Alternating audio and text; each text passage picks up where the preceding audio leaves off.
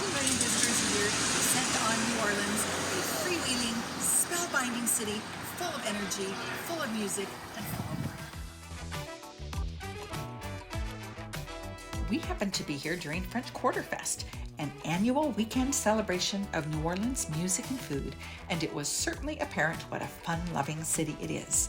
If you do decide to come on this particular weekend, book your flights and accommodations as early as possible, and be prepared for lots of fellow revelers.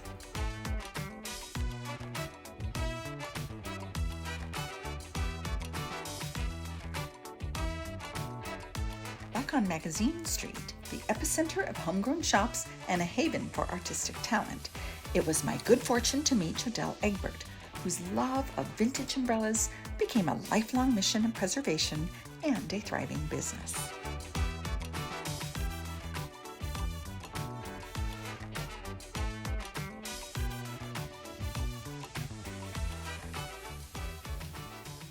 So we're here with Jodell, who, like me, is a Northwest girl, started in Seattle and came down here. So what brought you here? What brought me here is because I had 3 stores up in Seattle, and I wanted to stretch my wings and see if I could open up a few more nationwide. And New Orleans just had been calling my name for a very long time. And there's a whole secondary umbrella business down here with second line umbrellas for weddings and parades.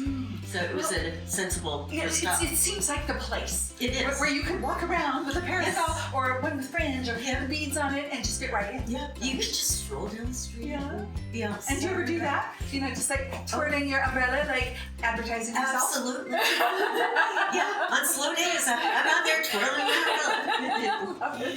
So how did you get started with your collection? Well, I used to do floral design for weddings, and I would get on eBay and collect the vintage compotes, you know, the prisms on them.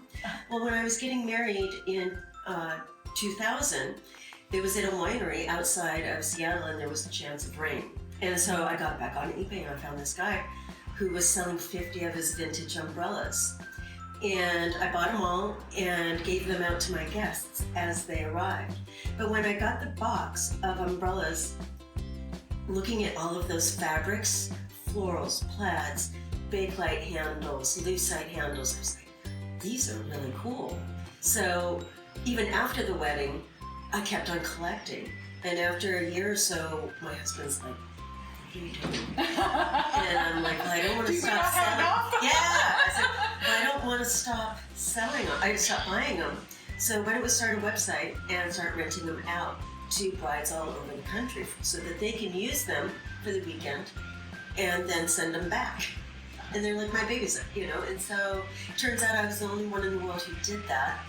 And movie prop masters, TV started finding me for props for movies. So my very first big rental, or when I started making umbrellas, was Sex and the City back in 2004, 2005.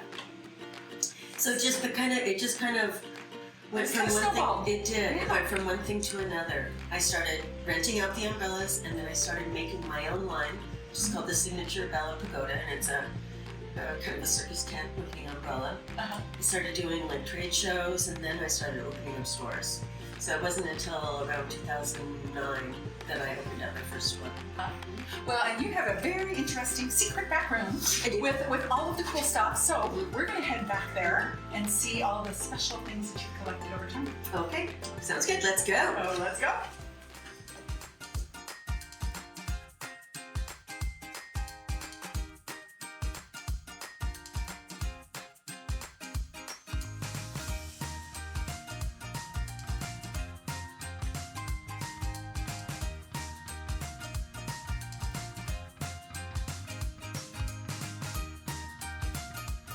So here we have the vintage rental collection.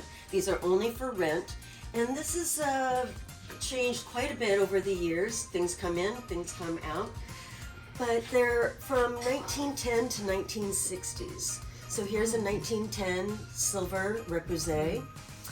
We have bakelite handles, something from 1960, little whale here. So these mostly have really interesting handles, but are in a classic shape. Now these two racks are what we call pagoda. And this is one of my newest ones I just got in the collection. But this is about 1950.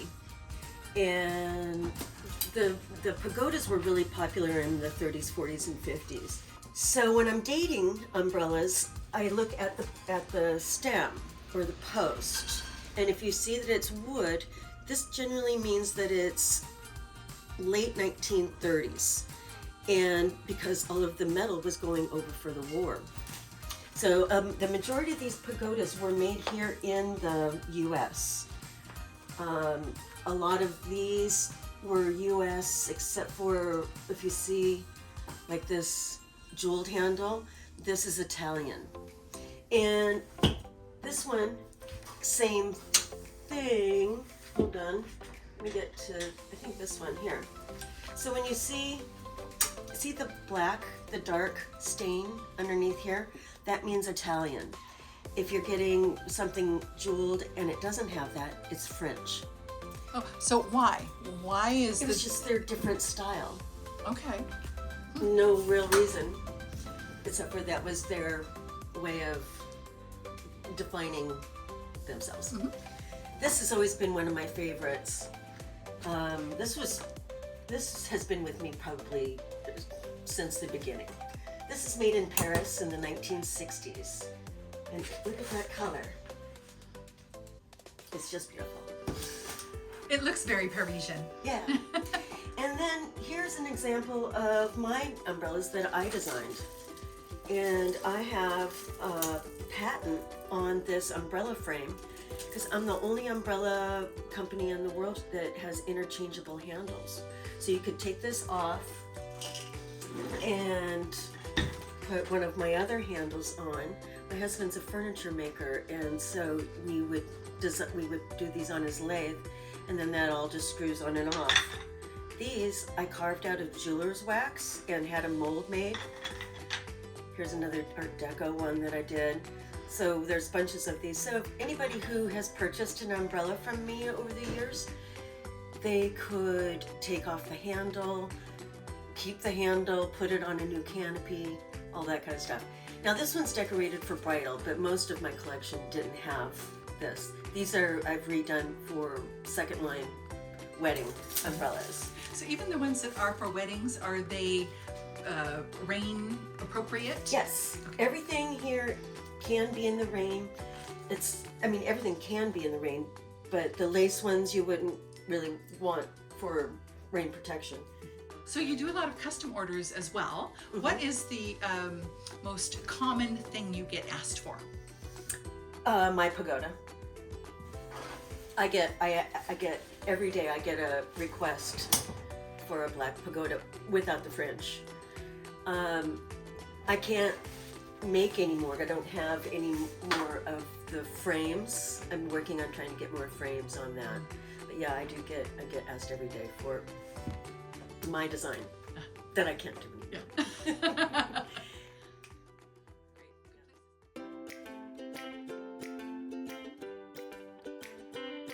Have you ever seen so many different styles and configurations of umbrellas, or met anyone like Jodell Egbert with such a wealth of knowledge? I'd never thought about how much forethought and design goes into the making of an umbrella, but now we all know.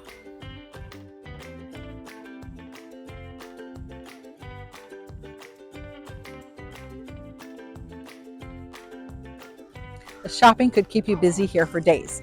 But a couple other fun things to do are a swamp tour, a cruise on a Mississippi River paddle wheeler, and a road trip to visit the old plantations. So much to see and do, so little time. Until next time, I'm Ms. World Traveler Kerry Damiano, reminding you to travel safe, shop smart, dress well, and be grateful for every day.